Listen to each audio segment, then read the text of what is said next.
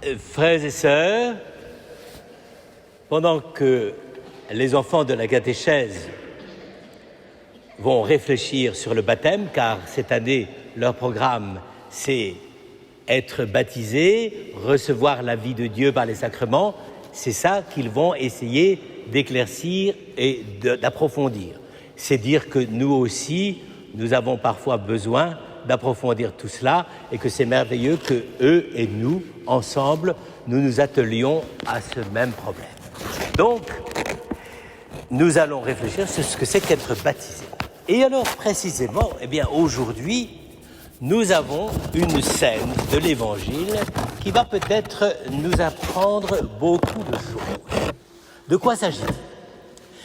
Jésus a commencé à former ses disciples et ils ont le sentiment de former un groupe. Ils se connaissent, ils commencent à voir les réactions les uns des autres, d'ailleurs pas toujours des réactions très très bien, c'est des fois de la jalousie ou de se critiquer, de se tirer dans les pattes, mais ça n'empêche que maintenant ils se forment un groupe soudé. Et donc Jésus se dit, puisqu'ils sont soudés, ils peuvent commencer à aller annoncer la joie d'être sauvés à tous les hommes. Manque de chance, quand ils s'en vont comme ça, ils partent à l'aventure sur les chemins, il y a Jean, un des meilleurs, c'est-à-dire l'intellectuel de l'équipe, n'est-ce pas, et qui dit au retour à Jésus, « Seigneur, on a vu quelqu'un qui pratique le fait de chasser les démons et qui invoque ton nom. Or, il ne fait pas partie du groupe. Donc, il y a, usurpation des droits d'auteur. Donc, il nous imite, il copie et il n'a pas le droit. » Et alors, évidemment, ils sont furieux. Et Jésus va répondre une chose, un texte qu'on ne cite pas toujours, mais qui mérite d'être approfondi. Il dit à Jean, calme-toi. Le problème, c'est pas qu'il ait fait des exorcismes en chassant les démons en mon nom. En effet, il ne faut pas te fâcher pour ça. Laisse-le faire, car, alors ici je vous demande de vous accrocher, je sais bien que c'est un dimanche matin, mais vous avez toute la vivacité d'esprit qu'il faut. Jésus dit, qui n'est pas contre nous est pour nous. Le nous qui c'est Jésus et son Église. Donc, ceux qui ne sont pas contre nous sont pour nous. Frères et sœurs, ça devrait quand même rudement nous faire réfléchir. On ne peut pas demander, d'ailleurs Jésus ne l'a pas demandé, on ne peut pas demander au monde entier que d'avoir uniquement des super catholiques, super pratiquants, super lecteurs de l'Évangile, super évangélisateurs, etc. Et il y en a, et c'est ce que reconnaît Jésus, qui chassent le mal et les démons au nom de Jésus. Ils n'ont pas le droit, ils n'ont pas la permission, ils n'ont pas le pass exorciste, mais ils peuvent le faire. Et Jésus dit, ils peuvent le faire. N'essayez pas d'aller chercher plus loin. S'ils chassent en mon nom, ils ne vont pas se retourner contre moi après. Ils vont continuer à vivre en mon nom. Et simplement, peut-être qu'ils ne vont pas faire partie du groupe et donc il faut les laisser. Il faut les laisser mûrir, grandir, approfondir tout ce qu'ils portent dans leur cœur. Donc, c'est Jésus qui le dit. Et alors, je vous dis tout de suite, pour exercer encore plus votre sagacité et votre perspicacité intellectuelle, c'est d'autant plus curieux qu'à un autre passage d'un autre évangile, Saint Matthieu, Jésus dit, écoutez bien, qui n'est pas avec moi, il ne dit pas nous, qui n'est pas avec moi est contre moi. Alors vous allez me dire, là il y a de quoi y perdre, sinon son latin, du moins son hébreu et son araméen. Comment se fait-il que Jésus puisse dire, d'un côté, qui n'est pas contre nous, le groupe qui est autour de moi, et pour nous, et qu'après ils disent, maintenant, quand il s'agit que de moi, et qui n'est pas pour moi et contre moi. Eh bien, frères et sœurs, c'est exactement la difficulté d'être chrétien. D'une part, je vais continuer dans les paradoxes. L'Église, on sait où elle est, mais on ne sait pas où elle n'est pas. Je ne sais pas si vous avez déjà réfléchi à ça, c'est extraordinaire. C'est une phrase qu'on attribue à Saint-Augustin, malheureusement, je n'ai jamais pu la retrouver, sinon je voudrais donner la référence parce qu'on ne la donne jamais. Mais pourtant, j'ai beaucoup fréquenté Saint-Augustin. Cette phrase, on sait où est l'Église, on ne sait pas où elle n'est pas.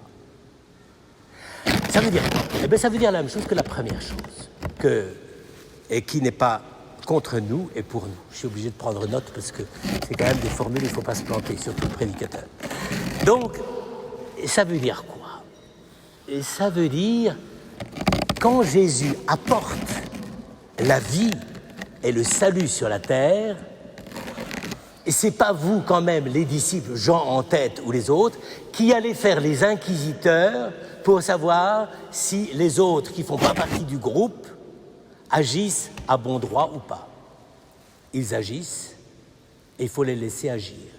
S'ils n'agissent pas contre nous, ils sont pour nous. Frères et sœurs, ça devrait nous faire respirer sur le mystère de l'Église. Trop souvent, hélas, il faut quand même bien le dire, l'Église a été un tout petit peu trop, j'allais dire, intolérante, c'est le mot habituel, pour dire, bon voilà, là, ça va, on est dans les clous, on peut le faire. Et surtout, si on est baptisé, si on a fait la première communion, comme on dit en Provence, j'ai tout fait. Donc, surtout si on a tout fait, à ce moment-là, ça va, on est breveté et on peut chasser les démons. Je ne sais pas si ça vous est arrivé, mais enfin, n'essayez pas trop. Et donc, ici, vous voyez l'affaire. C'est que, à partir du moment où nous faisons partie de l'Église, là où nous savons qu'elle est, ça nous donne le droit de vivre de l'Église, mais ça ne nous donne pas le droit de tracer les limites. Eh bien, frères et sœurs, je trouve que c'est une très bonne nouvelle, car l'Église est infiniment plus vaste et infiniment plus grande et infiniment plus mystérieuse que ce que nous pensons habituellement. L'Église n'est pas simplement le résultat de tous ceux qui ont été reçus premiers à l'examen de catéchisme. Ce n'est pas simplement le résultat de tous ceux qui accumulent les performances de piété, de dévouement, etc. Certes, je ne veux pas désespérer Billancourt, mais ça veut dire précisément que quand Dieu donne, il donne, et c'est ça rejoint exactement la fameuse parabole du semeur. Quand Jésus sème, il apporte le salut. Mais on ne va pas vérifier à chaque endroit où tombe le grain. Le grain tombe, le grain mûrit. Des fois, il mûrit bien, des fois, il mûrit moins bien. Eh bien, c'est comme ça. Autrement dit, l'Église, avant d'être le contrôleur des affaires publiques religieuses, l'Église est le lieu qui témoigne de la possibilité pour Dieu de jeter le grain en terre partout où on va. Eh bien, ce grain jeté en terre, il est aussi chez les sectateurs d'Osiris, qui sont beaucoup plus nombreux aujourd'hui devant l'Église, que chez nous, les pauvres derniers des Mohicans, disciples de Jésus-Christ. On ne sait pas. On ne sait pas. Et par conséquent, si on ne sait pas, ce n'est pas nous qui allons poser les limites. Ce n'est pas nous qui allons dire, là, il y a ça, là, il n'y a pas ça. Nous ne savons pas. Et alors, c'est pour ça qu'il y a quand même un critère. Et là, Jésus est très raide, si je puis dire, beaucoup plus par rapport à lui que par rapport à l'Église. Au fond, il dit, l'Église, pourquoi je l'ai instituée? C'est pour que tout le monde puisse recevoir ma parole. allez par toutes les nations, baptisez-les. C'est l'envoi, c'est l'humanité qui devient la messagère du salut et de l'amour du Christ. Mais après, ce que font les gens avec ça, il n'y en a qu'un seul qui peut juger, qui n'est pas pour moi et contre moi. Nous n'avons pas les moyens de tout définir.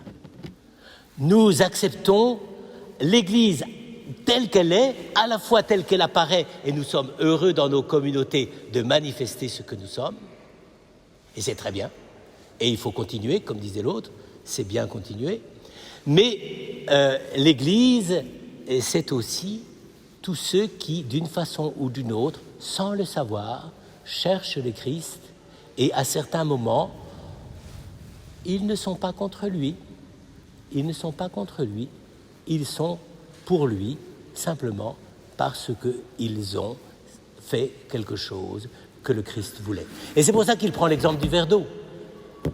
Au fond, qu'est-ce que ça veut dire donner un verre d'eau à quelqu'un qui a soif ? J'allais dire, c'est le minimum d'humanité. C'est tout simple, c'est sans problème.